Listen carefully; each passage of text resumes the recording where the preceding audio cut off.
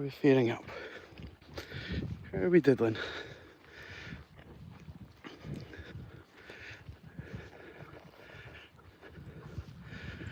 Harris has got his nose into something.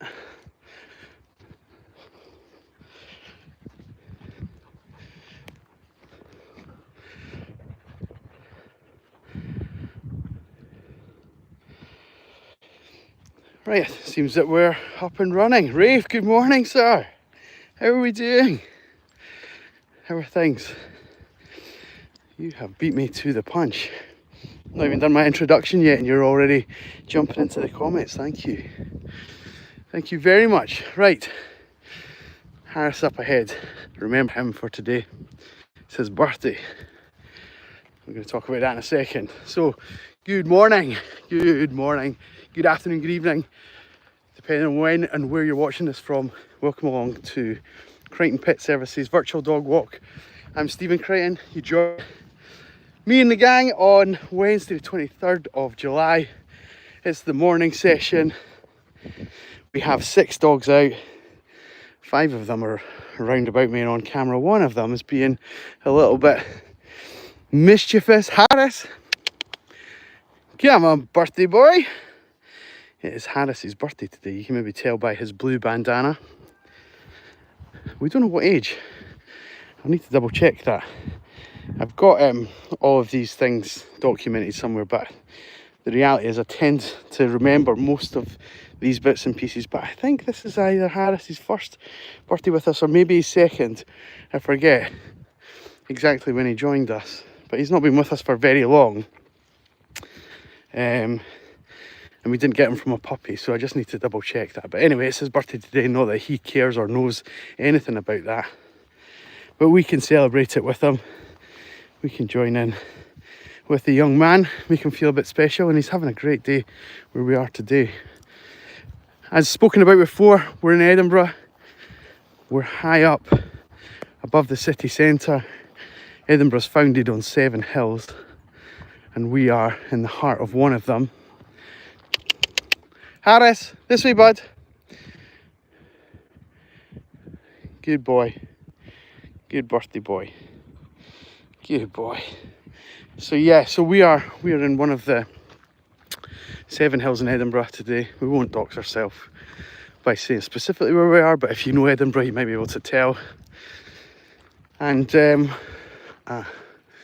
we got some people lying down here with a bit of a picnic. Good morning, guys. Everything okay? You guys okay? Can we come through? Yeah. Wasn't sure if someone was hurt or something. Oh, look at you, puppy. Hello. Hello. How are we all doing? You okay? I'll get them to move on. I'll get them to follow me, don't worry. Come on, pups. Good puppies. Good puppies. Oh, well, just tell me where to send the invoice. I'm quite happy for another one.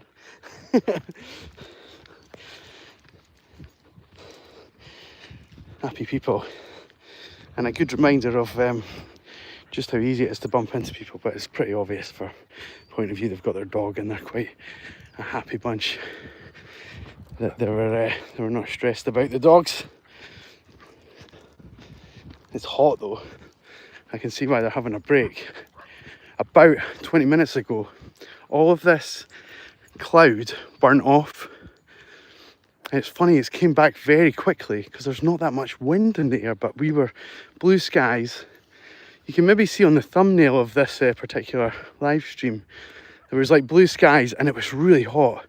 My watch is telling me just now 16 degrees, but it was hotter than 16. It felt like about 30 degrees when that cloud burnt away. And now it's back. Hey, birthday boy. How are we doing? Can you get a belly rub? Can I give you a belly rub? Hello. Hello, kiddo. Now, don't be jealous now. Don't be jealous.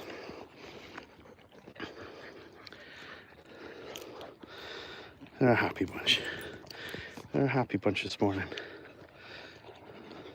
If you're just joining in, these are not all my dogs. This is my business. You're watching Crighton Pet Services virtual dog walk, and I'm Stephen Crighton.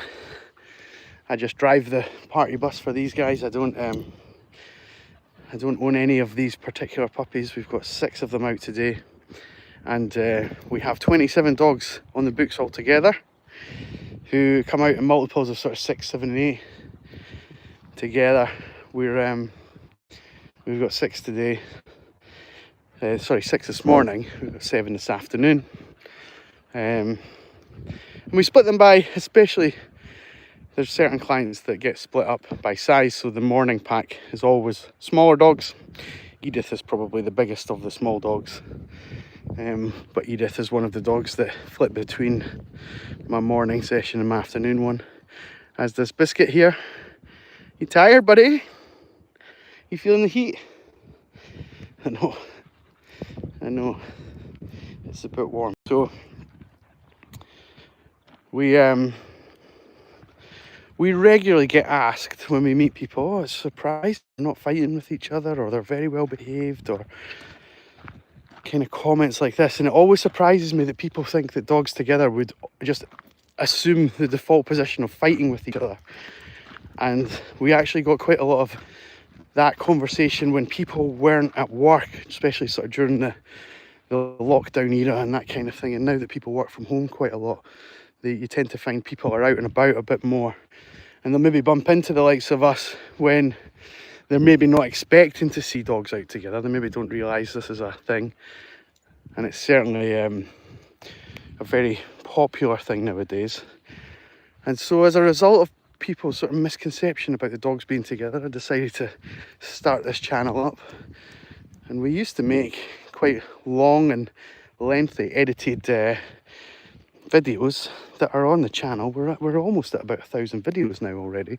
But in recent times it's been a bit easier. It's less editing and it's less faff to basically just go live and just try and narrate our way around and deal with all the obstacles that we're faced with. And just a nice way to build up a nice audience and a nice set of community people who are all part of the team, including the guys in the comments. And I'll catch up with these in 2 seconds. So we've got Sheila in Oklahoma. Wow, 5 a.m. over in Oklahoma. Good morning. It's 11 o'clock here, 3 minutes past 11 now. Welcome along. What are you doing up at 5 a.m? Or is that standard practice in Oklahoma? Is that pretty normal? It wouldn't be normal here in Edinburgh, that's for sure. And of course we have Rafe joining us. You're not sleeping, lol. Yeah, I can tell.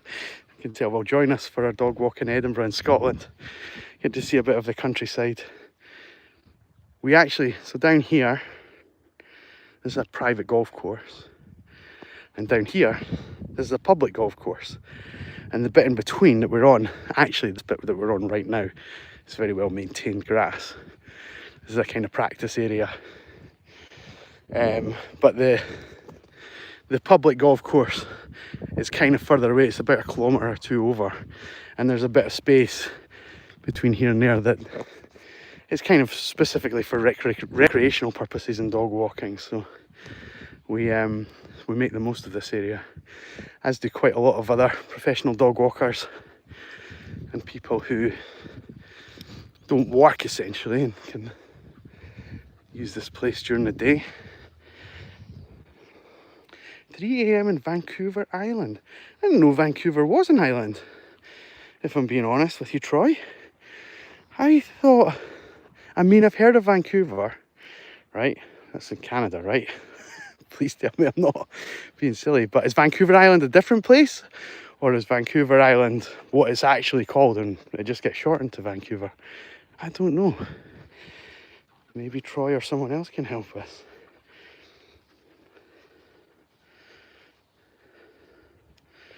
Sheila, we don't use Fahrenheit, so 110 Fahrenheit sounds really high to me. But I don't know what it is in Celsius. I'm sure someone will be able to convert it for us. We've always got people on hand doing that in the chat for us, those kind of conversions. But 110 sounds a high temp, and it's a kind of muggy, sticky, you know, thundery conditions. Sort of 16 or 17 here just now, with not that much wind. And maybe catch the odd bit of wind coming through the microphone, guys. I'm sorry about that. We are quite high above the city centre, so apologies if that does whistle through every now and again. But I have the most up-to-date phone to try and combat these things, and sometimes it really works, and sometimes it just, you just get this like sort of background staticky stuff. Let me show you these things.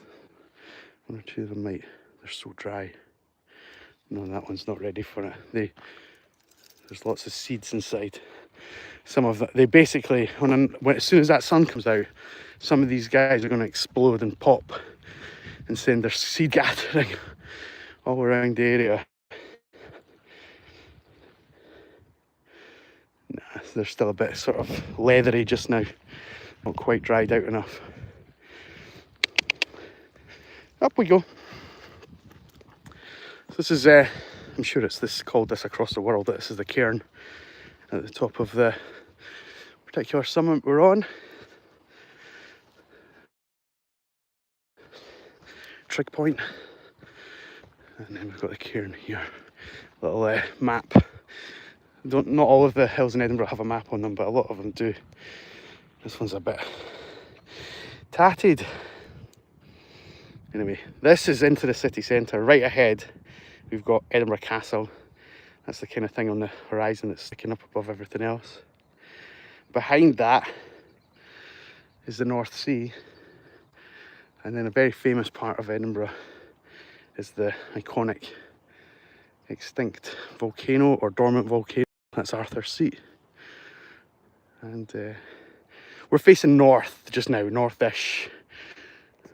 Something has just flown into my ear. I wonder if you guys heard that on the camera. It was buzzing around for a second or two and has landed in my earlobe, my ear hole, whatever it's called. Ah, get away! It's a fly. It's a fly. Oh, Sheila, 110 is 43 degrees. Wow. Wow, that's just not for us. We would not be... Not only would I not be walking the dogs in that temperature, I don't think I would be existing. I think I'd be a puddle. An absolute wreck. It would just be too much for me. I kind of function at my best sort of between -10 and +10 degrees, so... Plus or minus 10 degrees. Nice and cold, I like it. The summertime's actually probably one of the toughest periods of doing this job. I mean, it's nice when the weather's nice and that kind of thing, you can't complain too much, right? But imagine this place, as soon as the sun comes out, there's people sunbathing, there's people picnicking, and in order to exercise the dogs as freely as we do, that can be frustrating. So Rafe, do you ever walk around Holyrood? No, we don't. Actually, that's a great point. I'll just point out where Holyrood is. So Edinburgh Castle is property of His Majesty, and then down from here, just round about there, in front of Arthur's Seat, is Holyrood Palace. It's somewhere over in that direction. Holyrood is actually where the king and the royal family will stay when they come up into Scotland, or if they come to Edinburgh. They'll usually have bits and pieces there. If they stay any length of time in Scotland, they tend to go a bit further up north into Balmoral and things like that, especially if they're holidaying. But Holyrood has a beautiful park around it, which kind of encaptures a bit of Arthur's Seat. So there's a big sort of park that goes around the perimeter of the hill, and it's actually off limits for professional work. So if you're a professional photographer, or maybe you hold a fitness class, or maybe you're I don't know, I'm trying to think of people who might use the outside apart from dog walkers, but those kind of things, you get the idea. They're not actually technically permitted in the royal grounds. So Holyrood Park actually forms part of that boundary, and we're not technically allowed to do it, although I think some people do, but I'm not saying who does it, alright? don't clip on them. So there we go. You okay, Harris? Biscuit, come here, buddy. Biscuit, come on. Biscuit's just been lying down in a cool spot. I think Biscuit's feeling the heat today. You need stripped, buddy. Come here. Come right here. We're going to show everybody what happens in a few moments. So, guys, we are on 6 likes just now. When we get up to 10, or if and when we get up to 10, the dogs will get a little biscuit, courtesy of you guys. So I know they've had one just now and we're not far away from that, but they can get another one in a second. Do you want one, Harris? It's your birthday after all. It's your birthday. Do you want one? You want one? You often don't take, so I'm not going to be disappointed if you don't. Right, you guys go find that one. You find that. You find that. There's another dog walker. I don't know if you can hear the dogs barking. Just here there's another dog walker. Sort of similar number of dogs to us, but quite a few bigger ones. So we're going to keep moving on. They're probably wondering why we're stopped and holding up the traffic. Whoa! Keep going. Whoa!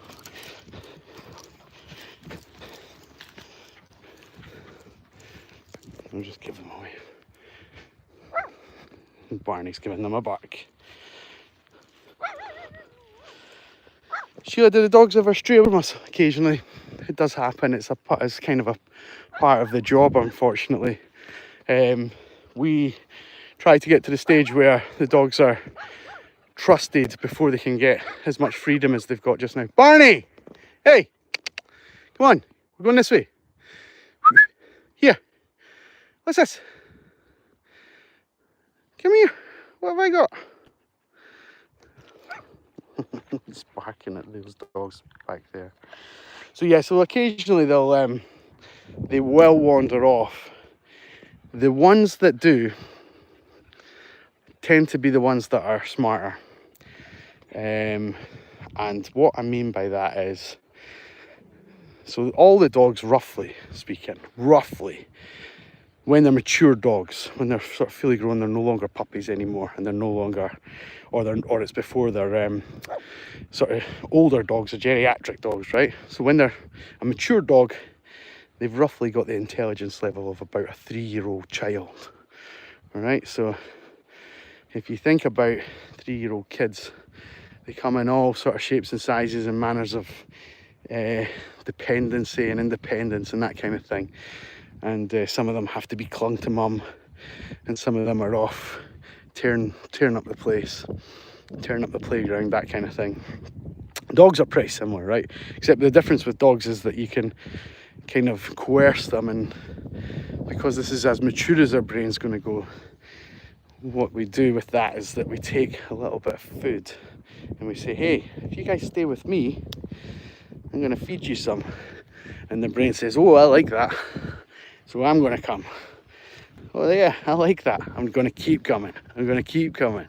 I'm going to keep coming. And there's a chance that we might get some more food. And this is why, so we say that when we get 10 likes, we'll give the dogs that little bit of food. It's their little reward for staying with us the whole time. And they kind of know it's coming, but they don't know when it's going to come. And in that respect, it's a little bit like a jackpot on a slot machine at Vegas, right? They know that if they hang in long enough, it's going to come. And then they get that little reward, and the brain says, oh, I like that. I like being fed. I like staying alive. So let's keep doing that. And so basically we get to the point where the dogs kind of are almost essentially walking to heel. They get freedom, right? I don't mind. They can walk around, they can explore, that kind of thing. But the more intelligent the dog is, the more likely that they're going to wander a little bit further off. And so for those guys, and you can kind of tell, I've been working with dogs now for about 8 years, best part of a decade. You get a real feel for them pretty early doors. Are you going to be cheeky? Are you going to be biddable? Are you going to be a real nuisance to me? And so we do a lot of things to integrate new dogs into the team and see how they fit. And some of them will just be glued to my hip because they're terrified of their own shadow. And some of them will be running, doing zoomies all over the place. But everybody's quite unique, and it's quite interesting to see how they all all their little characters sort of change and develop as I have them over the years.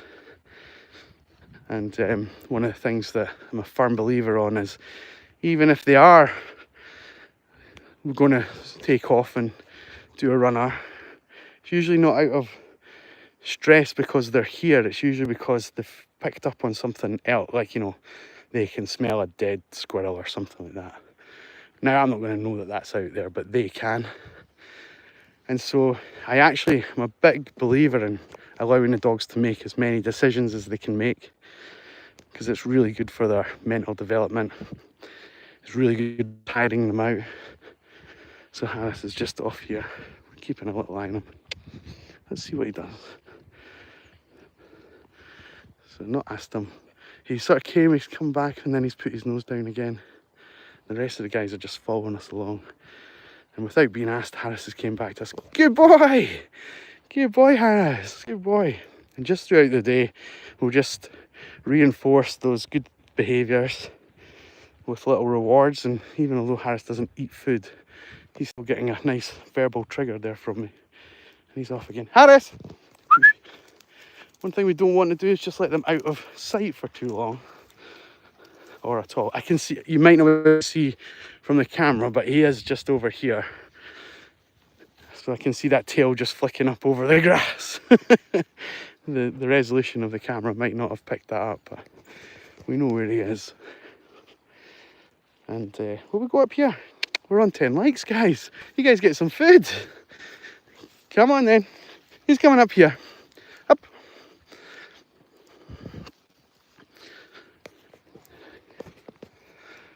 Well done, puppies. Well done. Oh, you're all up as well. Thank you, gang. Thank you. Good job. Right, now, Edith, Charlie, Biscuit, Barney. Sheila, that was a great question. Thank you for your question. I really appreciate that. That's like a nice thing to talk about. Do you want a birthday boy? You do.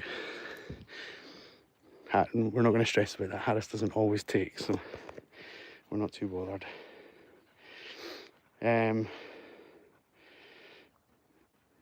Yeah, so Sheila's saying in the comments her Yorkie waits till she's distracted, and then the Yorkie does a little bit of running away.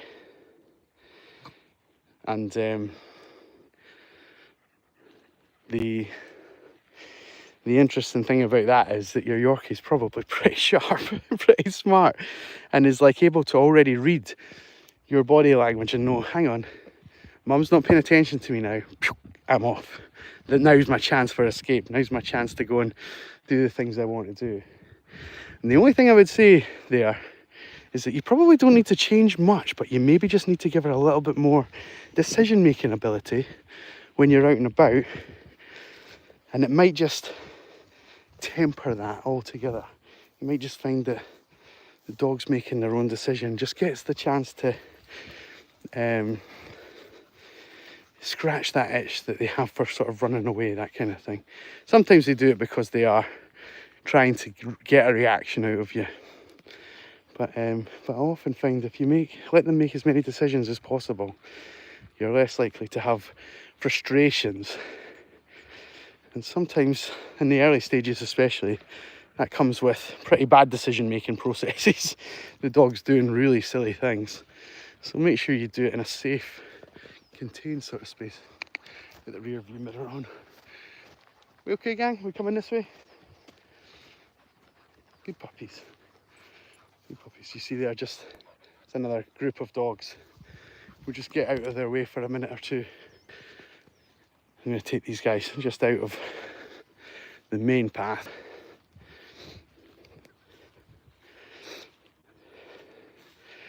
Randy, I see your message, and I'm sure other people in the chat do too. And I'm not ignoring this, but I'm not going to take your dogs. Unfortunately, I don't even know where in the UK or where in the world you are. I'd love to be able to help, and I can help by trying to find you someone, but I can't take them, I'm afraid. I'm afraid that's just not going to happen. So I'm sorry to hear of your troubles, and maybe if you want to message one of the videos on the page after the live stream, on the live stream, when the live stream finishes, these messages disappear. And so if you message one of the videos that are already present on the page, I'll get back to you with some advice. But let me know what kind of dogs you have, where in the world you are, and the sort of situation. We'll find someone for you. There's lots of people out there that can help you and support you, but I'm so sorry that I'm not one of those people, in the sense that I can't take the dog or dogs.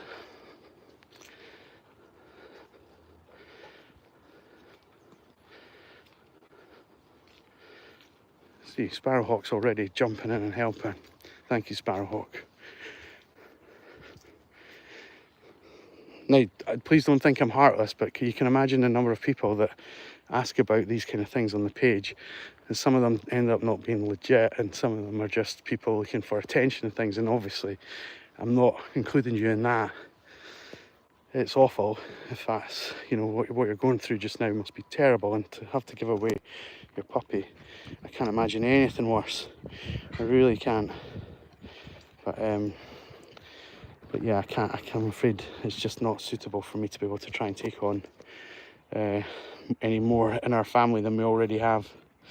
Here's Harris doing a bit of digging. Another good natural behaviour. He's just ripping up a bit of grass here just now. If we start getting down into the roots, we'll try and stop him a little bit. But there's probably like a vole or something living underneath here. Some little mammals. You'll be able to hear them, smell them. You'll practically be able to taste them, buddy, eh? I know. Bertie boy. I know, yeah, that would be a good Bertie treat. A nice little hedgehog or something. I know. I see you so.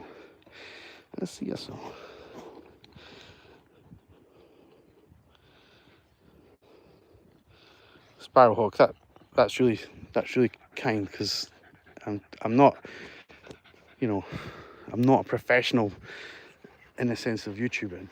This is just, I'm just showing you guys what I do is my job, and sometimes these things can come across really differently depending on, you know, your mindset, and so it stresses me out, these things. I'm not trying to upset anyone, but I hate that kind of thought. I hate it, so thank you. It's really kind that you've just taken a moment to say that. Yes, Sparrowhawk. This is Biscuit. He's a Border Terrier. And we have, in total, in the team, I've got 27 dogs altogether that I look after during the week. Biscuit is one of 5 Border Terriers that we look after. So I also look after his brother, Alfie, but they are owned by 2 separate families. And then we have 3 others, one of which is on holiday just now. Juno, she is our only female Border Terrier. She's kind of like the boss, if I'm being honest. And then also we have Otis and Stanley. And we never have a day where all 5 are out at the same time together. And in this capacity, it's a bit of a shame. It'd be great to get them all out together like that. But almost every other day, on every other live stream, we have more than 1 Border Terrier out. So make sure if you're interested in the breed, and it's one of the things that bring quite a lot of people to our channel, is this particular little munchkin. You and your kin, yes. They're incredible dogs. They're absolutely phenomenal. Yeah, they're all gorgeous. Biscuit's actually a boy. You've been misgendered, buddy. Oh no, how are you going to survive? Please don't have a tantrum. But yeah, they're all great. They're all really good in their own right. But we get a lot of people coming onto the channel and telling us about how they can't let their Border Terrier off the lead, and how they can't get on with other dogs, and how they really struggle to even meet another dog, or heaven help if we were to put 2 Border Terriers side by side, things like that. It is wild, some of the things that we get. And I'll get emails like once a week from just people who have been randomly watching the channel and then just decided, oh, I'm going to get in touch with this guy. And sometimes we're able to help people just point them in the direction of another video of me, you know, that kind of thing. And then sometimes I'm just like, oh, you know what, you need professional help. You know, maybe, and maybe start with getting it for the dog, you know. That's just a little joke, guys. I'm not trying to make light of anything, but yeah. So, no, there's no apology necessary. So we've had a few people from Australia tune into the channel over the past few weeks, and yeah, we've heard sort of similar things. People sort of curious about the breed, but they're not as common there. I'm guessing you need a bit. I'm guessing there's a lot of hardy dogs there, like shepherds and Australian sheepdogs and that kind of thing. Especially if you're not in the city, perhaps. But border terriers are from Scotland's perspective, I mean, they are phenomenal at basically all-rounders. They can live in the city, they're amazing in the countryside, they've got the agility and the ability to keep up with a horse, or they can basically be a lap dog. You know, they're quite happy, quite content just sitting on your lap, getting cuddles, that kind of thing.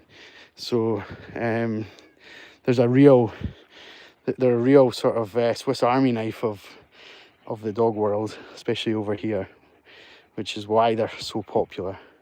Hey buddy, Biscuit was one of my early clients. I don't know, what age were you?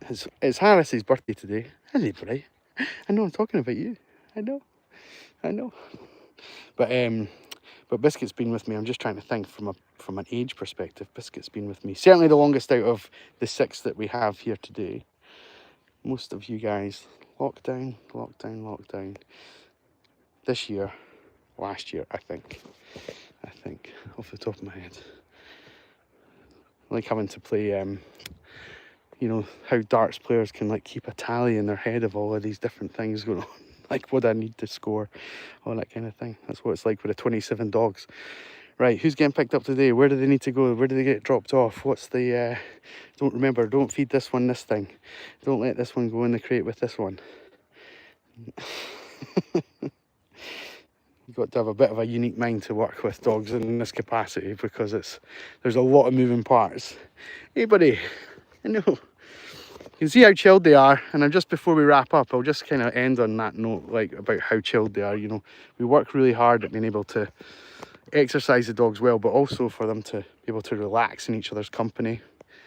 And it's quite an important trait from the whole team's perspective, that they can be as close, they can just be themselves, express themselves, have a roll about on the grass. No one's going to get attacked, no one's going to get blindsided, no one's going to get mated with. These are all concerns that the dogs would have in real life, in in wild conditions, or in less really conditions. So they're all very chilled with each other, and it's something that we pride ourselves on. A big part of the lure from the rest of the audience members. Am I heading out with the big guys later? Rafe, yes I am. And Sheila saying dogs are better than people. I wholeheartedly agree. Sparrowhawk, thank you for being a new subscriber. To everybody else that's tuned in, thank you to everyone that stayed with us. Our van is just down here. We're about to get the dogs back on the lead and get them back round home, get them some water, get them back to their mums and dads, and start round 2 with the bigger guys later. Rafe, I may or may not do a live stream later. It'll depend on a few moving parts again, but if I can, I will. But a big part of it, mate, is down to the battery life on my phone. It just doesn't support my afternoon session as well. I need a solution to that. So to everyone, I'll just sign off by saying goodbye with Biscuit in the background. Thank you to everyone tuning in. This is what I look like. And if you see this logo anywhere, that's me. Make sure you hit that follow button, subscribe button on any platform, Instagram, Facebook, LinkedIn, you name it, I'm on it. And we'd love to see you there. But importantly, subscribe here. And we'll see you in the next session, which will be same time tomorrow. Until then, have a great day. Thank you so much. Take care. Bye-bye. Well done, guys. Well done.